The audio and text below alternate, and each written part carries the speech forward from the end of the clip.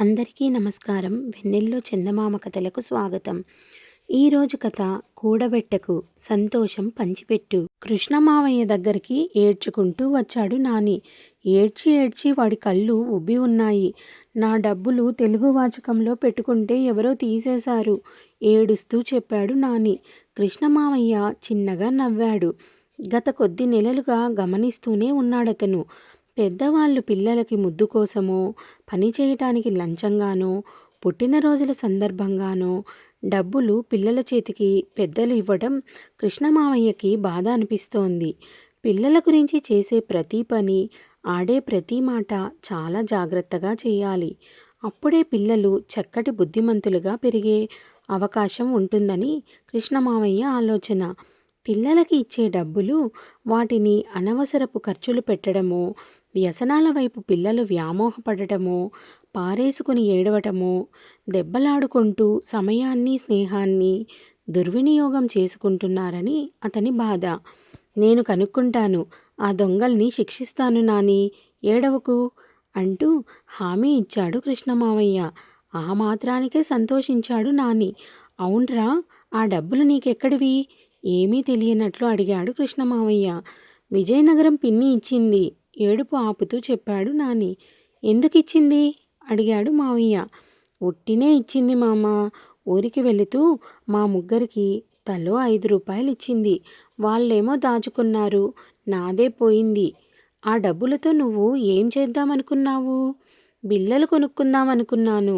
ఆహా, అప్పుడు ఆ రూపాయి ఎవరి దగ్గరకు వెళ్తాది? హిహి అంటూ నాని నవ్వాడు.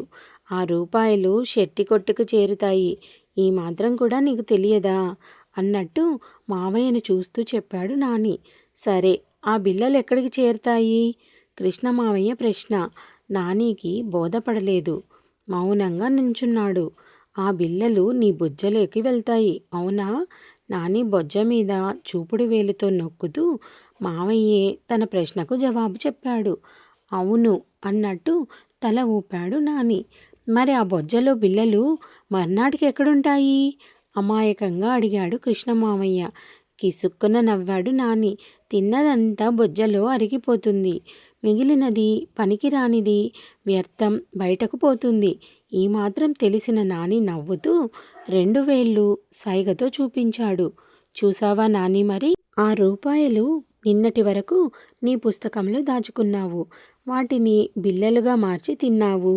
ఆ రూపాయలతో కొనుక్కొచ్చిన బిళ్ళలు నీ మొజ్జలో మిగలవు అని తెలుసు కదా, మరి ఎందుకు ఏడుస్తున్నావు?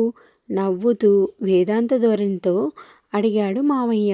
ఏదో కొంత బోధపడినట్టే ఉంది నానికి. అయినా బింకం వదలకుండా, మరి నేను భద్రంగా దాచుకున్న డబ్బు పోతే ఏడుపు రాదేంటి? బుంగమూత పెట్టి అడిగాడు. అద్గది సంగతి. సమస్య అంతా ఇక్కడే ఉంది. డబ్బులు అలా దాచుకుంటేనే ఈ దొంగతనాలు, పోవడాలు, దోపిడీలు, వాటి కోసం ప్రాణాలు తీయటం వగైరాలు జరుగుతున్నాయి. అలా దాచుకోలేదనుకో, ఏ బాధ ఉండదు. కృష్ణమావయ్య విశదీకరించాడు. దాచుకోకపోతే మరేమిటి చెయ్యాలి? సరైన ప్రశ్నే వేశాడు నాని. కృష్ణమావయ్య బోధపరచడం మొదలుపెట్టాడు.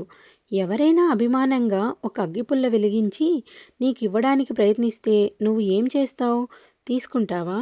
ఊహు, తీసుకోను. కారణం? అది నేను తీసుకోకూడనిది. ముట్టుకుంటే చెయ్యి కాలుతుంది కూడాను. చక్కగా చెప్పావు నాని. రూపాయలు కూడా అలాంటివే. ఎవరైనా నీకు రూపాయలు ఇచ్చినా, ఇంకేవైనా ఇచ్చినా అవి తీసుకోకూడదు.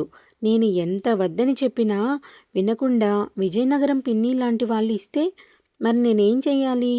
మంచి ప్రశ్న వేశావు నాని. నువ్వు వద్దు అని చెప్పినా వినకుండా ఎవరైనా ఇస్తే అమ్మనో నాన్ననో పిలిచి వాళ్ళకి ఆ రూపాయలు అందజేయాలి. వర్షం పడితే దాన్ని ఆపలేవు కదా, వెంటనే గొడుగు వేసుకొని తడవకుండా చూస్తావు.